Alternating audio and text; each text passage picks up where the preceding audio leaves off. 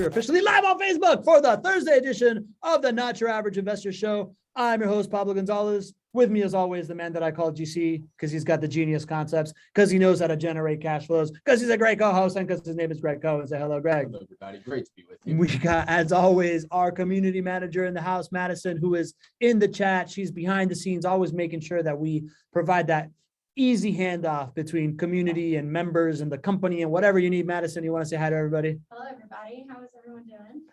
I think people are doing well. I hope so. And today, the star of the show is a man coming straight out of the burgeoning metropolis of Austin, Texas, but he's an old school Austin Texanite or Austinite. I don't know how you say that. He's got an electrical engineering firm that's worked with some incredible startups in that area. He's got an incredible breadth of experience in real estate, from Iowa to Virginia to Texas to Florida, and syndications of multifamily and commercial real estate and RV parks and short-term rentals that he's getting into. His name joining us today, our guest investor, Darcy Laveau. Welcome to the show, Darcy.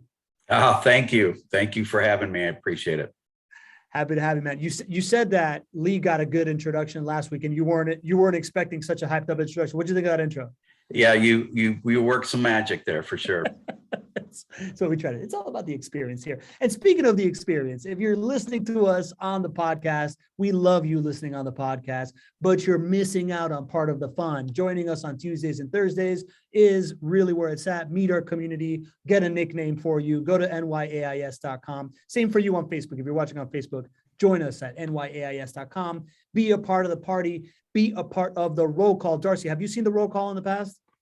No, I have not.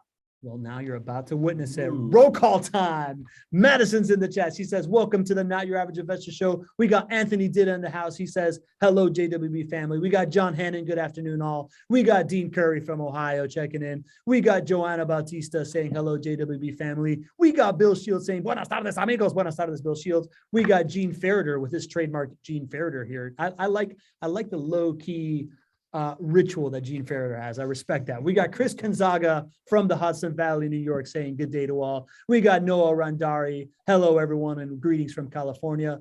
We got the first family of the Not Your Average Investor Show community. The matriarch and the patriarch, Ken and Carolyn Molina, are in the house. Good to have you all here. We got Leo from California, all from Bay Area, California. Hello, Pablo. You pronounced my last name perfectly. Yes. Wow, that is wonderful. Now I'm nervous again. Don't chance it twice. Don't chance it. We got Drew Barnhill from Marietta, Georgia. Hello. Good afternoon, everybody. Who else? We got Leonard Lee. Good morning and afternoon. Leonard. Can I highlight Leonard? Highlight Leonard. Leonard came to the meetup in Seattle. Leonard does not live in Seattle. He took a flight 2 hours to come to the meetup to hang out in Seattle. We did an IRL meetup, an in real life meetup here on Tuesday night, and Leonard definitely won the award for the longest distance traveled. And he also is winning the award for the best attendance at the IRL meetups, the Not Your Average Investor Show IRL meetups. He has been to all of them, I believe. Okay. So I challenged him to come to the one in Jacksonville. Super duper. All right. Go across the country. I love it. I love it. Leonard, welcome. We got Hervé Francois from Dirty Jurors. Good to have you, Hervé. Peter James from the esteemed Commonwealth of Virginia. Good to have you. We got also Carl Thompson in the house. Hi, everyone. We got Marilyn Cotterman from Homosassa, Florida. Home of the manatees. Home of the manatees. If y'all haven't been to Homosassa, and that's where you swim with the manatees. We got Brenda Dirksey. She says, hello, everybody. Brenda, that's a new name. It's a new last name that I'm struggling with. So welcome to the show, Brenda. I struggle with a lot of names, but that is a new one, I believe. So welcome to the show, Brenda. Good to have you back. Miguel Angel Sanudo is back from Spain. Good to have you, Miguel Angel. We got Mary Rockoff. Good morning from Scottsdale, Arizona. Good morning, Marie. And who else we got? We got Kathleen Lubin from California. This is a great roll call today. Sean Hanna says hello, everybody. Jared Wendling from Central Indiana. That's a new name. Welcome to the show, Jared. Happy to have you here. All right. So that is Christopher Walker from Jacksonville, Florida. Chris Walker. That is the name of the marketing influencer that I most listen to as well. So I'm a big fan, Christopher Walker. Welcome to the show. Though I think he's up in Boston, so different one. All right, we are here. Danny Davis. I always gotta say hi to Danny Davies, who's joining us usually from Germany in service of the military. Good to have you, and Danny. There's some good news actually about Danny Davies. If this is the time to say, I don't know if I'm throwing off your shtick here, but I know Madison sharing got some good some good news. news. I know she's got some good news, and it happens to be about Denny Davies and others. Let's go straight through it. Madison, what is your update for today with the good news? My good news is repeat sales. So we have some clients jump on the bandwagon and put some new properties under sale before we hit that dreaded wait list. Denny Davies and Erica Davies are one of them. They put one property under contract, which makes them, I think 12 properties now is what I have on my notes. So if I'm wrong, then let me know. But that's 12 properties for the Davies. Sergio put a property under contract. That will be his fifth. Leslie put a property under contract. That will be her fifth. And the beloved Malines put 2 properties under contract, and that makes 8 for them. So that is the good news for today. Love it. How amazing is that? Just in our community here, just the folks that show up each and every single week, right? Our Not Your Average Investor Show veterans now. Look at the properties, the acquisitions, the wealth that's being created. So big ups to you guys and congratulations. Yeah, congrats. And congrats, Madison, for the coolest segment. Good news from Madison every week coming at you. I love that. What else we got? We got a little bit of breaking news by Gregg. GC's breaking news. GC's breaking news. And this is breaking news that has been breaking and breaking and breaking and breaking and breaking, but it still bears repeating. And there's actually action that's happening now. So that was a big lead up to talk about how much we have been beating this drum of interest rates rising and how interest rates rising will compress your cash flows. It will lower the expected return on investment from this asset class simply because of what interest rates are doing. This has nothing to do with what prices are doing or rents are doing. It simply is about interest rates. And what we have talked about is the reason why I'm coming so strong and telling folks that I believe this is the best time to be buying is because if you look at the effect of interest rates raising 1 percentage point on your property evaluation, which we're going to look at here in just a second, that leads to that same property decreasing the return on investment by 38%. A 1% increase in interest rates on your evaluations for that property will lead to a decrease of 38% in the return on investment. That's a big deal. And so we have been seeing the market signals showing that interest rates are going up. And this is a combination of what we are seeing with quantitative easing and the end of quantitative easing by the Fed. And we have also heard that the Fed was signaling they'd see an increase in the short-term interest rates that the Fed sets. They've been talking about this for a while. We have been talking about this for a while. What we have not seen yet as an increase of the interest rates on JWB's evaluations, a big tick up. We haven't seen that yet, but guess what? That's what we have now. So we have, okay. We knew it was coming. Everybody who shows up every single week has known this was coming. We do see a large uptick in the interest rate expectation because long-term interest rates are going up because of what we've been saying.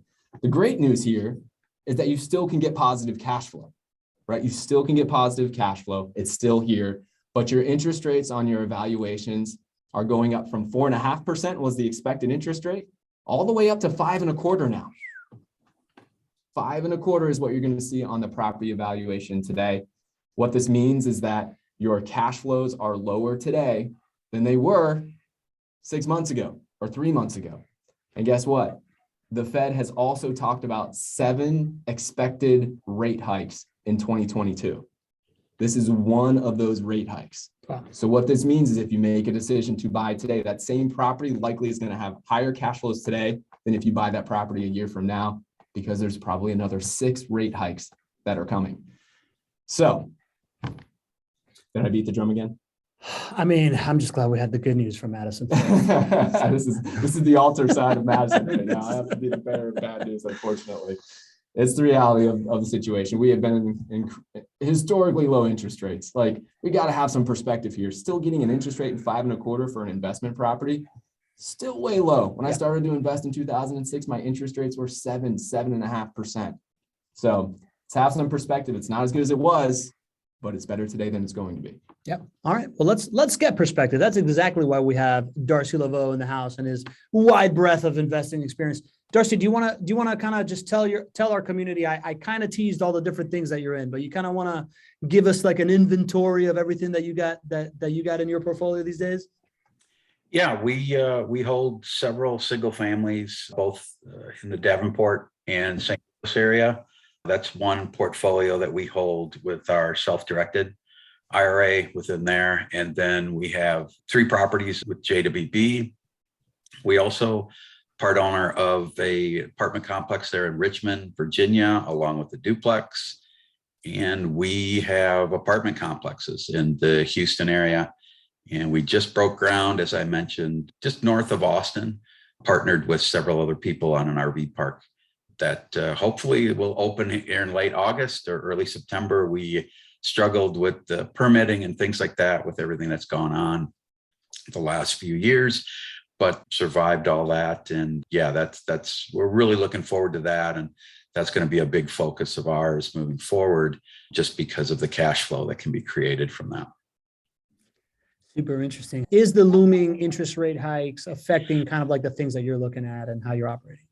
I think we were proactive on that. We're going through a lot of cash out refis right now, including JWB properties. They finally, I could have pulled the trigger on that, probably 6 or 9 months ago, right? They had appreciated nicely, but I was like, I'm going to wait. And fortunately, I pulled the trigger on that about 2 months ago and locked in for that. But the commercial building we have here in Austin, we should be closing on that refi.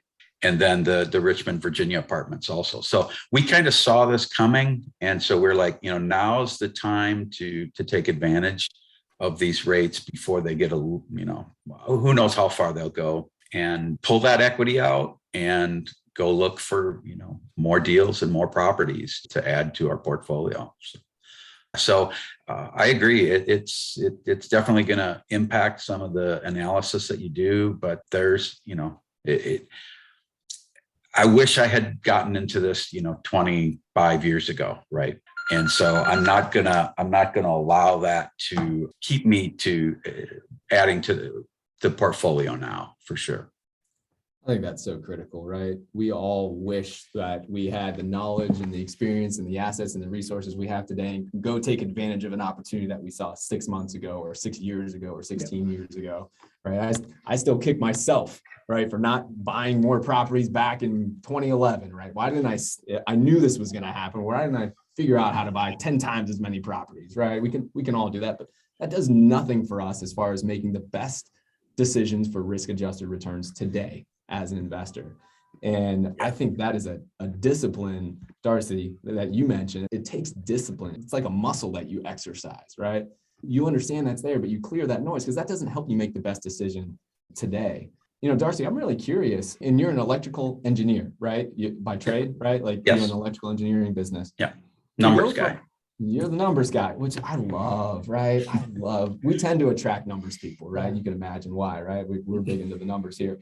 But you have probably a larger breadth of experience than, probably 95% of JWB clients and probably in real estate investors in the world or in the country, right? Like it's very hard for people who are, I guess, more traditional to go to a non-traditional asset class like single family rental properties. Once they do that, it's even harder for them to go to RV parks, commercial apartments. Could you take us back to before you started to invest in single family rental properties? What helped you overcome the challenge of doing something that maybe others thought was non-traditional, maybe outside the box? And how's that helped you even go farther outside the box into some of these other asset classes?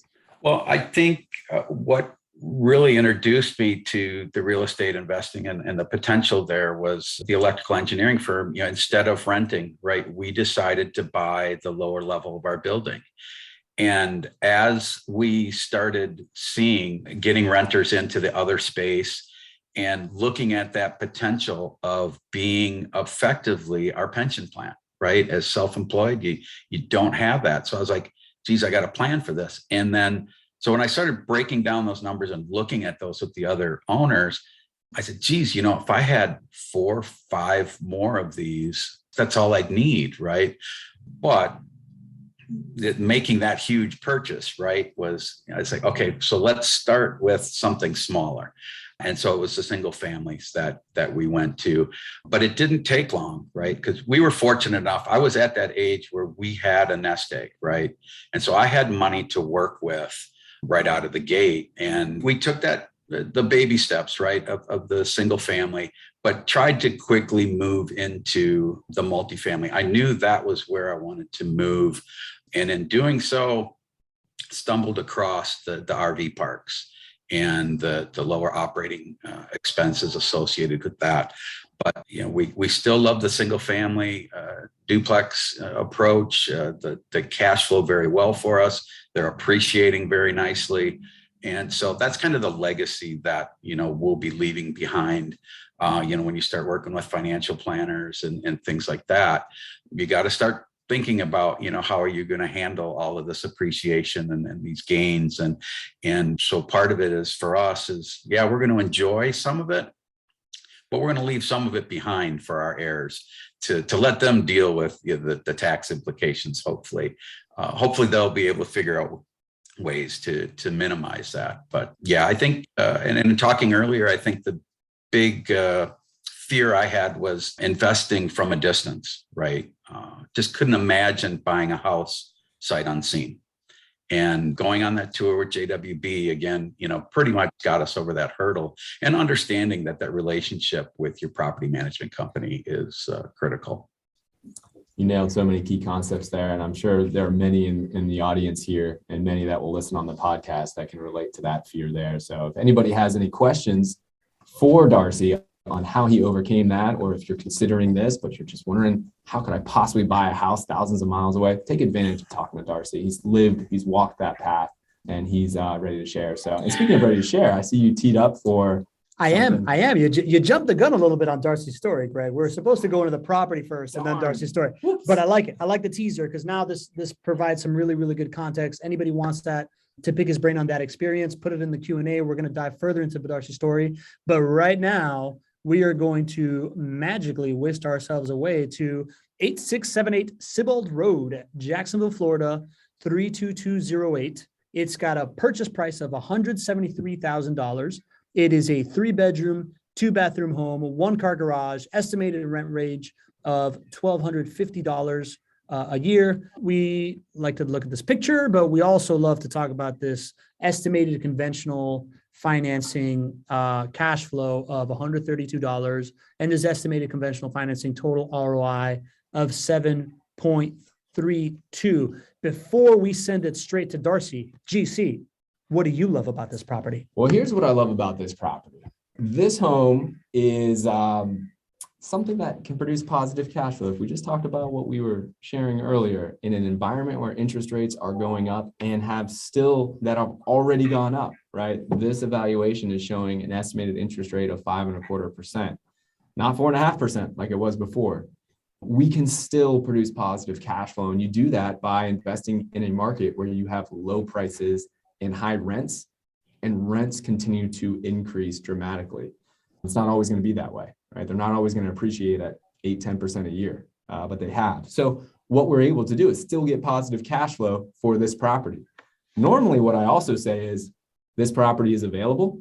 And that's another thing that I love right now. Availability is one of the most important parts of a property, because if you don't have an available property, if you're out there just making offers, you have so much interest rate risk, and you have so much risk of homes continuing to appreciate, which is going to make this a less profitable investment. And this home was actually just purchased yesterday. It was just put under contract. But I wanted to let everybody know that there is actually another property almost exactly like this one that's available right now. This other property has a 7.34% return on investment. Oh. It has cash flows estimated at $133. It has a purchase price of $170,000.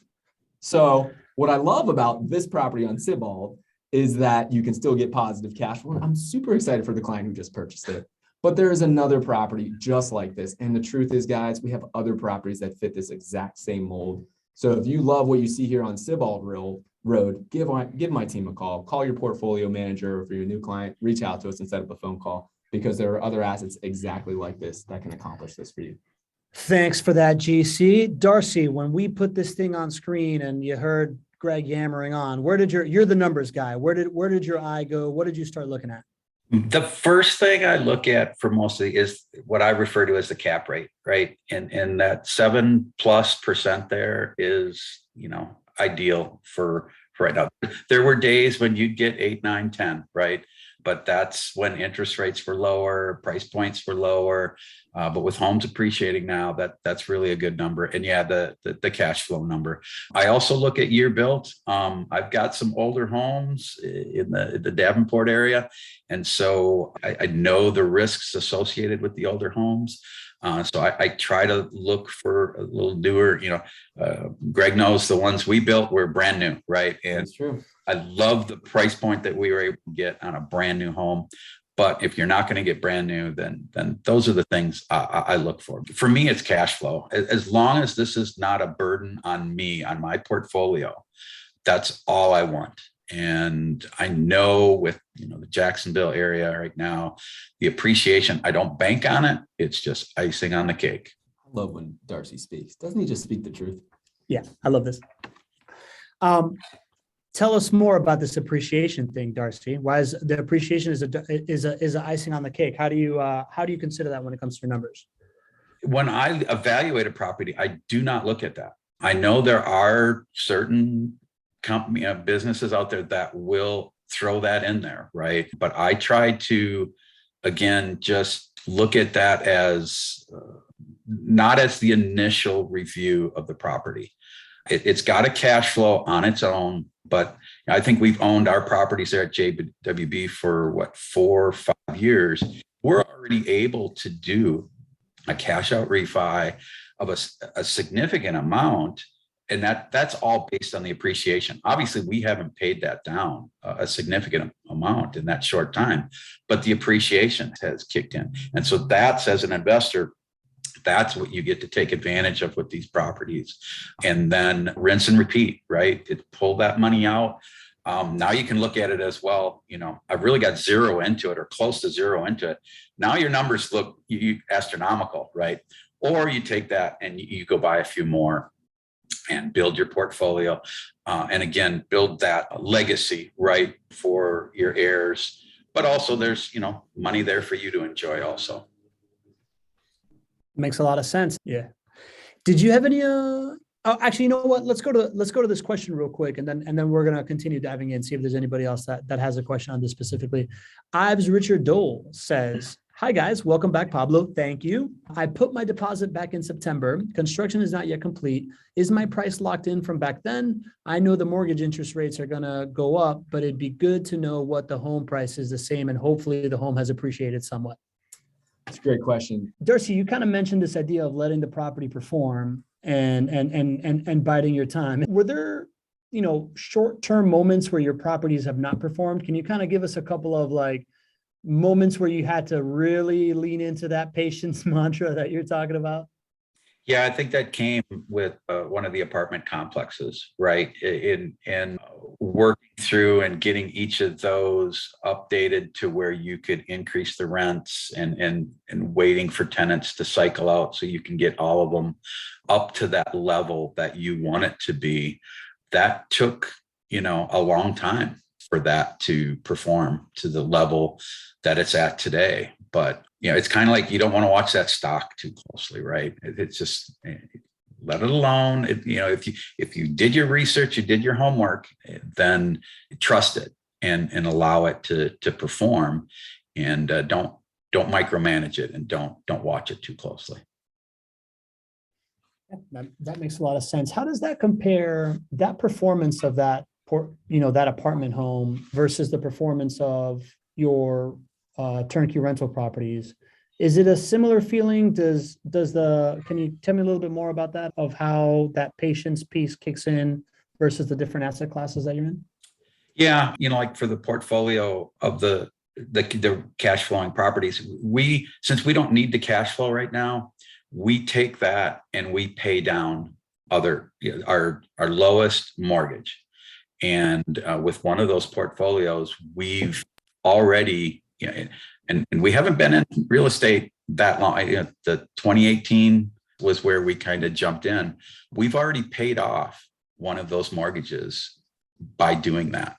And so now we have that much more that we can now take that cash flow and pay down the next one. And it's this hybrid solution, right? If you don't need that cash flow, apply it. Don't let it just sit there.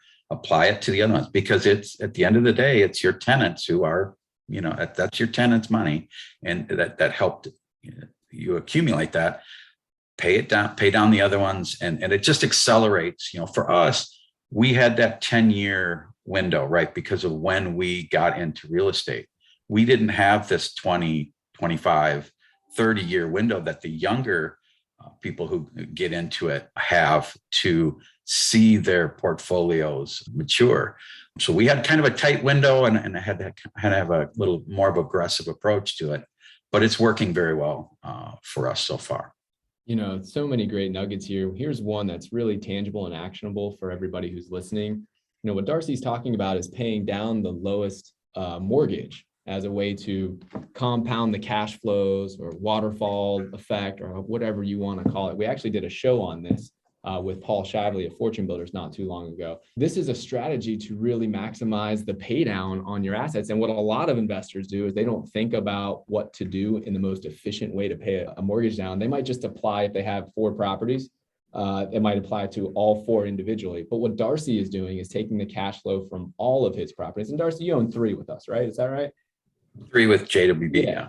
So if I'm understanding this correctly, you're taking the positive cash flows from all 3, and you're taking that and applying it to one single mortgage, the lowest mortgage, to do that and to get that paid off. Can you explain why you do that? What the benefit of doing it on one property is versus just spreading it across all 3? It just accelerating that pay down, and the faster, I think that it sums it up right there. Yeah, you can run this calculator by putting it all on one property.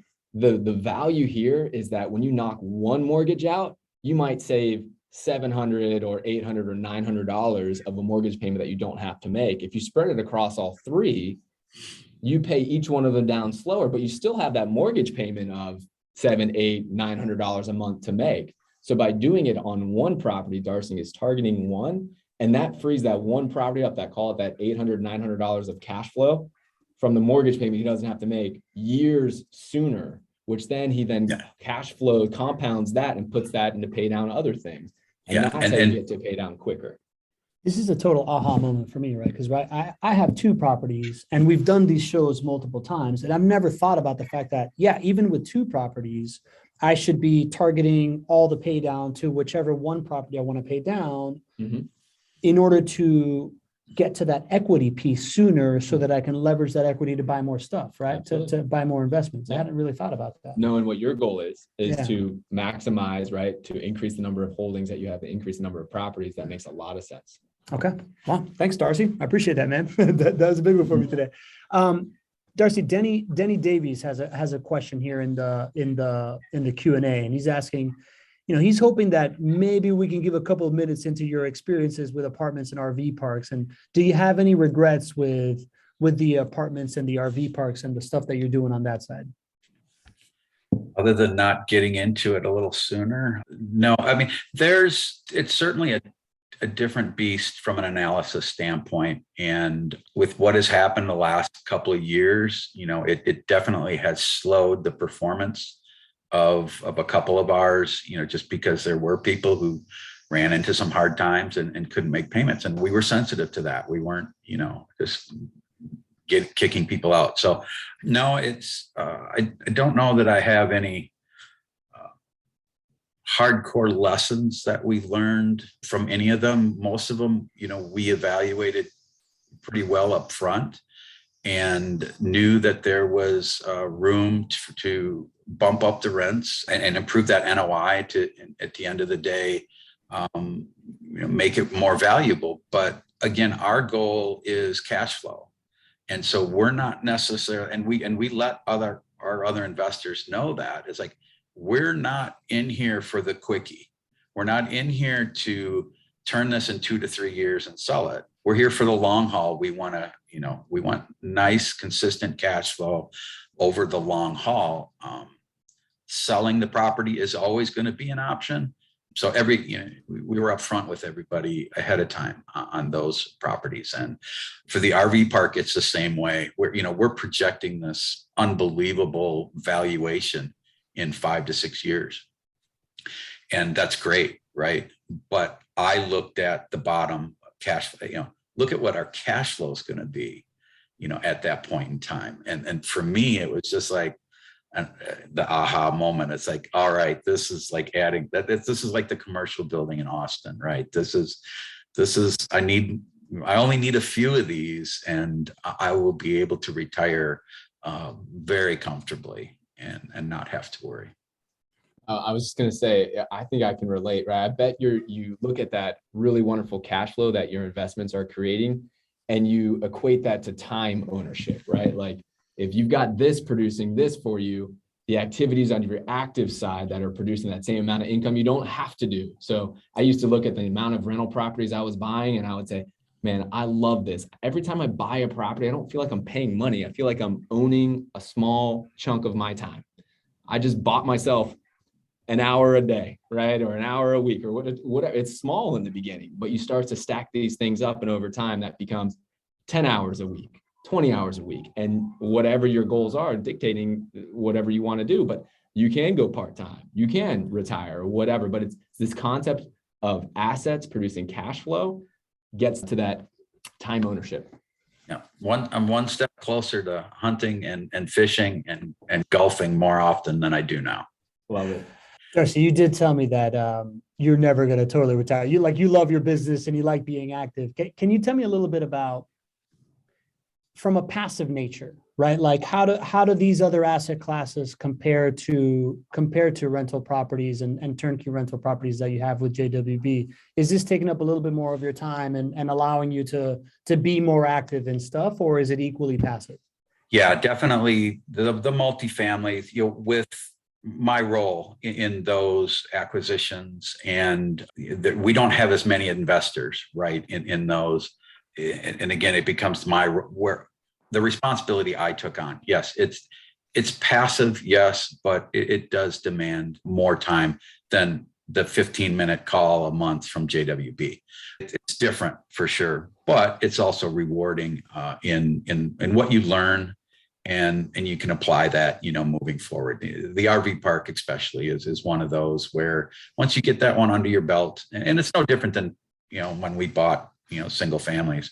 Once you get the first few in and you see the benefits and perks, it opens up. You become more comfortable with the next one, and it just snowballs from there. That makes a lot of sense. GC, you want to knock out a couple quick questions that seem like for you, and then we can go into This Is Your Life? Love it. All right, great. We got Eves is asking, I know nothing lasts forever. What is JWB looking into next? Great question, Eve. So, I think it's important to have some perspective. You're hearing how I'm going very strong and letting people know that this asset class is going to see higher interest rates, higher home price appreciation over the next year. That's going to lead to cap rate compression. It's going to lead to cash flow compression. It's going to be a less valuable asset 1 year from today than it is right now. And there's a lot of urgency there. But I also, from a business perspective and from an overall asset class perspective, I want people to see what the big picture is that we are in a really advantageous time to buy rental properties.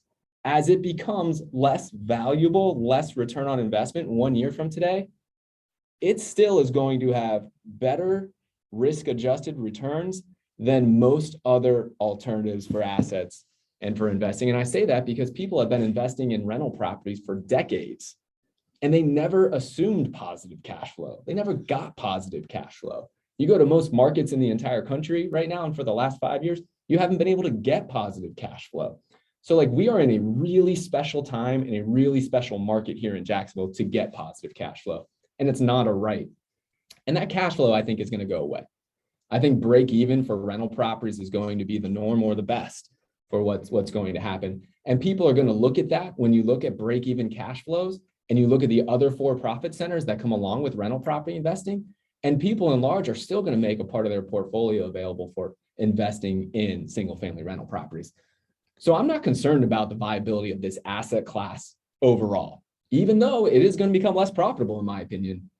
it's still going to have more value and better risk adjusted returns than the other alternatives of stocks, bonds, mutual funds, and things like that.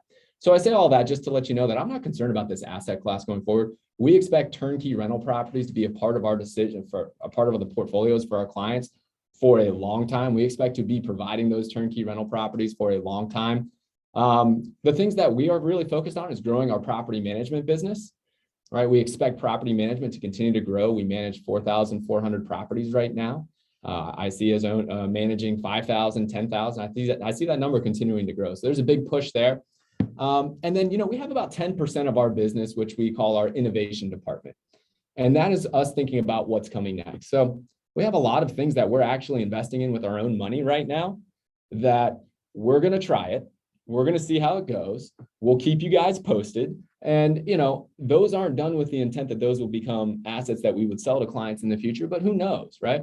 Actually, I'm really interested to hear about Darcy's RV experience because we are investing in RV parks as well. Okay. Yeah. And one of the reasons we love it is because of the cash flow, right?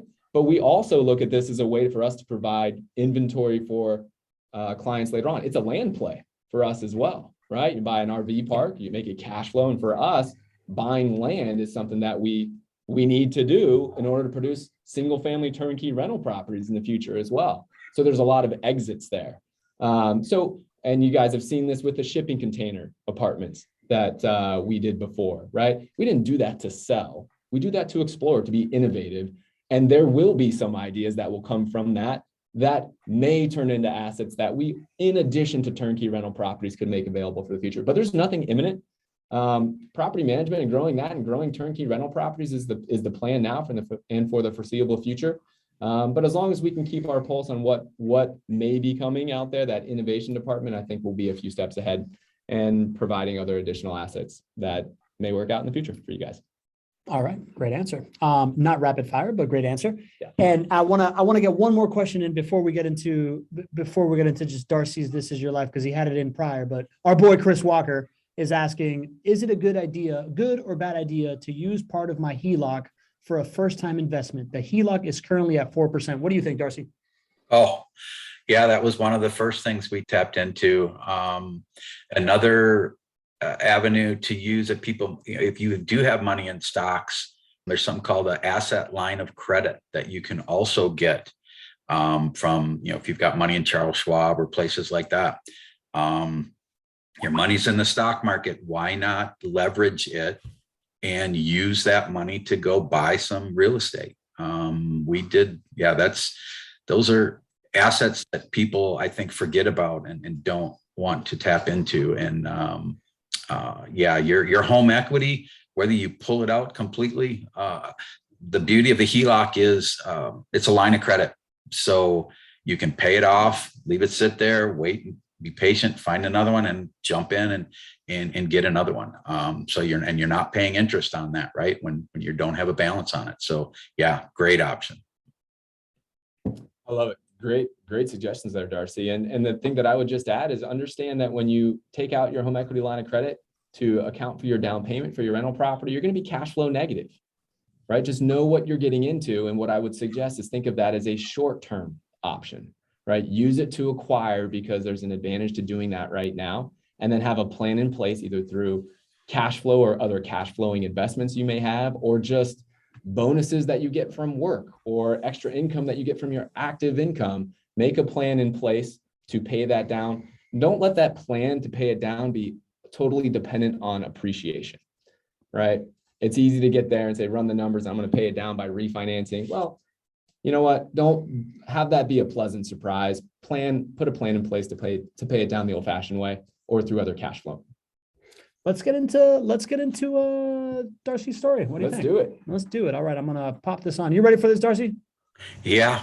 This is the celebrity treatment. This is your life, Darcy LeBeau. Well, Darcy, here's what we're trying to do is to bring people into what originally brought you to this asset class, the buying plan that we put together with you. And then we want to look at accountability and performance. And then we want to see how this has changed your life later on. So we're going to kind of go through that. And we're going to start here with this buying plan. I don't know. Have you logged into your client ROI report recently, Darcy? No, I have not, but I do remember filling this out and putting this information in there when we first started.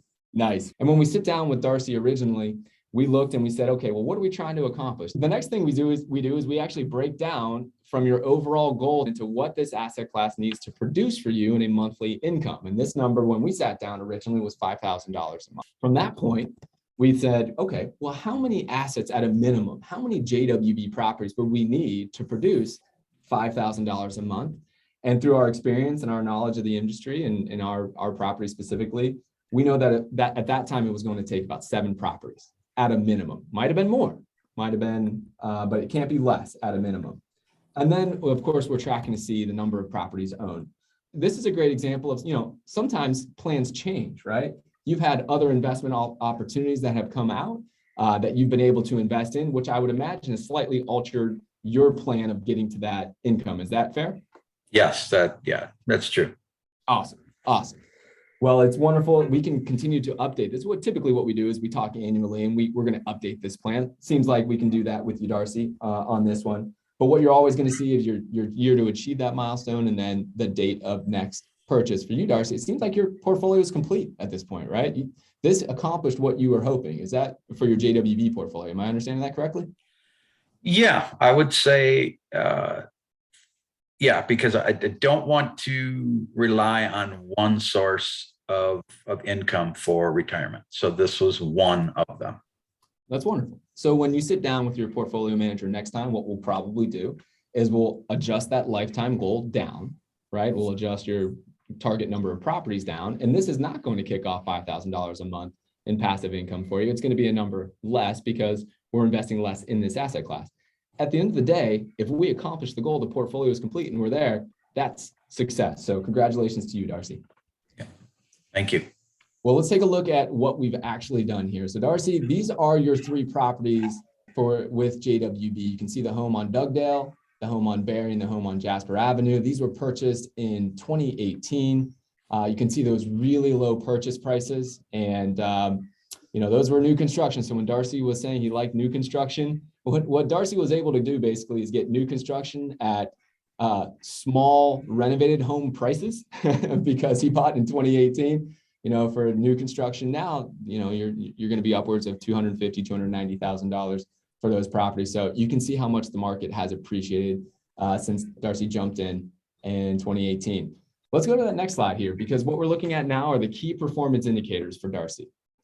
Again, think of yourselves managing this portfolio with your JWB properties, much like you would analyze your stock portfolio. You can log into your stock account and in 2 seconds understand what's my return on investment? How long have I been investing, right? What you don't get in the stock portfolio is actual net income, right? Cash flow, typically. You get that here in rental properties. So Darcy's portfolio has performed at a 10.45% return on investment. That does not include home price appreciation. We're about to sprinkle that in here in just a few minutes. He's been investing for a little over 4 years. We've contributed a little over $14,000 in net rental income. That's money directly to his bank account from the rents coming in, minus all of the expenses that he's seen, maintenance costs, vacancy costs, property management fees, things of that nature, the mortgage payments. Right? Taking all that out, and he still earned $14,000 in cash flow there. And his lifetime total return over about 4 years is $62,223. Again, that's not including home price appreciation. That's just taking into account net rental income, tax savings, and principal pay down. Really, really incredible numbers over 4 years. So now what we do always, we check out the highest lifetime return for Darcy's portfolio, and we always look at the lowest lifetime return on a per property basis. So your highest lifetime return, Darcy, is this property on Dugdale Road. Your expected annualized returns, not including home price appreciation, were 10.22%, and we're coming in at 13.25% for this property. I think I love that, but what I also love is look at the consistency of the cash flows, right? If you go from 2018, 2019, 2020, 2021, 2022, right, you are consistently at 13 to 18%, and you were at 9.76 in your first year, which is typically your lowest year. What has that consistency meant for you? It means everything, right? It's stock. Think of the stock market, right? I've been around long enough where you take that unbelievable hit, and it's like you have to start over, and you're not seeing that with real estate. And that's really why we've migrated over to real estate. Is we're at that age where we can't have that kind of a hit.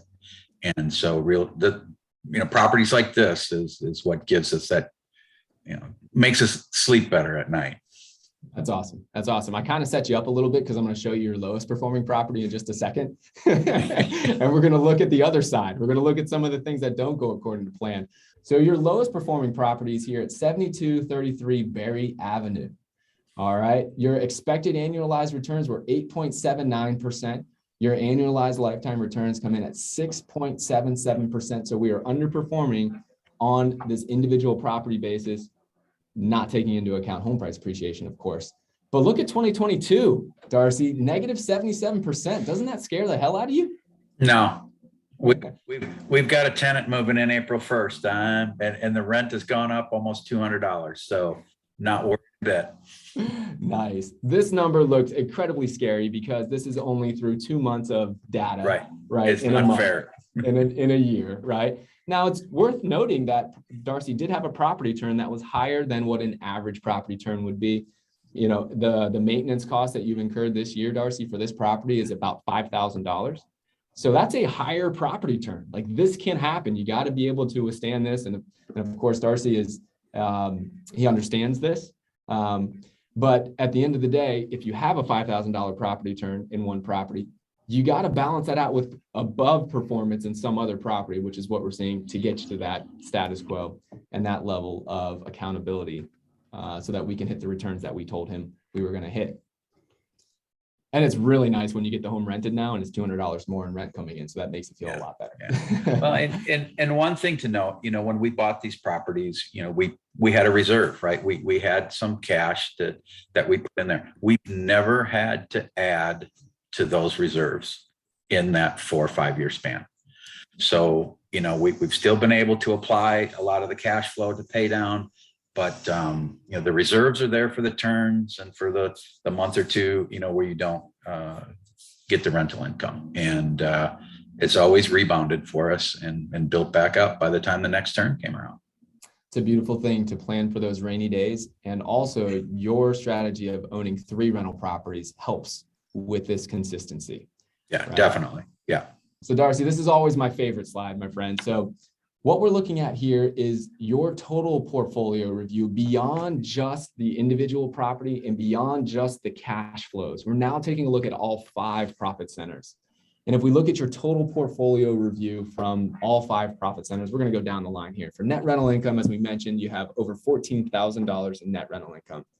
From tax savings, you have over $21,000 in tax savings. This is something that most real estate investors don't even pay attention to when they're thinking about buying their rental property, or they're thinking about buying this rental property compared to investing in the stock market. Right? $21,000 over 4 years is real money in taxes that you don't have to pay because you get these incredible tax advantages in rental property investing. Yeah, and sorry to interrupt, but I'm not a CPA, but we haven't paid a nickel in tax for the rental income on our JWBs. And a matter of fact, we've accumulated a significant amount of write-offs. Yes, so that when we do sell these properties, we're going to be able to offset a lot of that gain with that accumulation. Absolutely. And knowing that you're in other asset classes as well, many of those asset classes, you can use the additional write-offs from rental properties that you have here to write off the gains and cash flows for that RV park as Exactly. well. Yeah. Right. Yes. Yeah. You are crushing it, man. That's a cool topic we haven't really talked about. All right. Next up, we've got principal pay down, another often overlooked profit center in rental property investing. This is Darcy's residents paying his loans down for him. This is not this additional pay down that he's done with the net rental income. This is just built in. His residents are paying his loans down for him to the tune of almost $27,000 for Darcy. I know that helps you, bud. And next is the big one. Darcy, you picked an incredible time to invest in Jacksonville rental properties. We've seen probably double the home price appreciation levels since you started to invest in 2018. And because of that, your upside on these properties has been substantial. From your 3 properties since 2018, you've accumulated $260,000 in home price appreciation across your properties. Did you know that? Oh yeah, well, only because we're cash out refi. But Oh, that's right. You just recently got the evaluation. What was it like when you saw the values? well, we haven't officially got them back yet, but the projection is, yeah, it might even be a little bit higher than what you're putting there, because the area is just really appreciating quickly. Yeah. I mean, just put the numbers to it, right? Darcy bought his properties at like $180,000 or so, those new construction properties. Those properties today sell for like $275, right? Call that roughly 85, 90, whatever grand that is per property. And 90 times 3 gets you to $270,000 in appreciation that he's been able to earn. The numbers are staggering. It doesn't always play out this way, but even if it was half that, right? A normal market appreciation is probably half of what Darcy's seen since he invested. Even if it was half that, most people never pay attention to home price appreciation potential. But if I'm not paying, listen, there's 130 grand there, even if it's half that. I'm definitely paying attention to that when I'm investing in a rental property or choosing a rental property market. Yeah, we'll be able to pull out almost 100% of what we put into the homes in a 4 to 5 year time frame. And if you were to ask me when we started, I would have said, oh, that's going to take 10 to 15 years. So and if you would have asked me, I would have told you it's going to take that long too in the beginning, even though we knew the market was going up. This is a great example of prepare for the worst, hope for the best, and be treated with the best, really, as far as home price appreciation. You shouldn't feel bad about it. You took the leap. You took the leap of faith where most don't. So congratulations there. Lastly, inflation hedging, something that we all need to be aware of. The consumer price index is now 7.9%. That's what the government measures inflation with. That means if your money is sitting in the bank or it's sitting under your pillow, it is losing. It is losing value. Inflation erodes our value, and it's never eroded value more in the last 40 years than it is right now. So tying your investments to an inflation protected or inflation hedged investments like rental property investments is a very, very smart move. Something I've added here is I just wanted people to see the full picture, that I'm actually including selling, holding, and closing costs into Darcy's evaluations here when I'm getting to his returns on investment. And so you can see that number, $79,500, is what he would typically have to pay to dispose of the assets if he was going to sell. I know he's not going to, but I just wanted you to know that's calculated into these numbers for return on investment as well. I want you to know that these are real numbers. So Darcy, when you came to us and you say, hey, Gregg and team, I'm going to trust you with my investment dollars, right? I'm trusting my ability at some point here soon to go hunting, fishing, golfing. And the better you do, the quicker I get to go. And the thing that you asked us to be accountable to was 9.5% returns. That was our expected return on investment for your portfolio. All 5 profit centers combined, you are at 30.6% return on investment, brother. Did you have any idea? No, I didn't. No, that's phenomenal. But a lot of that goes to JWB too, with the way you've managed the properties and kept tenants in place, and your tenant screening application, and just everything that y'all do. Is you're definitely, I've mentioned this before, you guys are the gold standard for me, because I have property managers all around the country, and I always typically reference what you guys do and try to get others to follow. It's been a joy and a lot of fun investing with JWB. That means a lot, Darcy. I don't know if I've heard that in one of our guest investors, that they talk about us being the standard that they hold other property managers to. But that is a compliment that means a lot. I'm going to make sure that our team watches this, and I know that our team really, really appreciates working with you. And thank you for sharing that compliment. That's incredible. Yeah, I think it's one thing that people getting into investing need to understand is property management is the key. It really is what allowed me to triple my returns over expectations, quite honestly.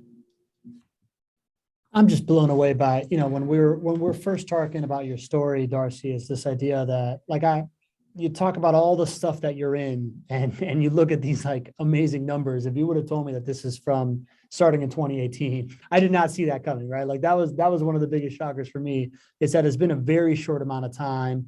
You've taken a ton of action, and I think it's amazing that you've been rewarded like this. And it's a great example to be able to like showcase here, man. It's very cool. Yeah. Get emotional.